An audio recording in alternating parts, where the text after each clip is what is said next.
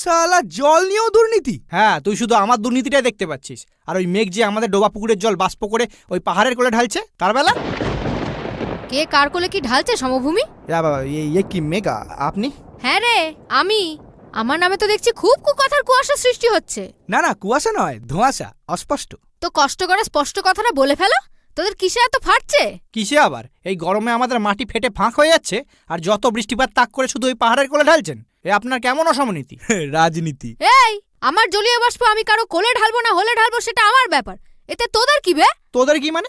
জলীয় বাষ্পের জলটা তো আমাদের জলাশয় থেকেই নিচ্ছেন। তো মাটি লাগা জলাশয়ের জলটা কি তোর বাবা ভরে, নাকি চোরাই জলের কল দিয়ে ওগুলো ভরিস? আর আমার পিছন দিয়ে কি তাপ বেরোয় যে আমি জল বাষ্প করবো?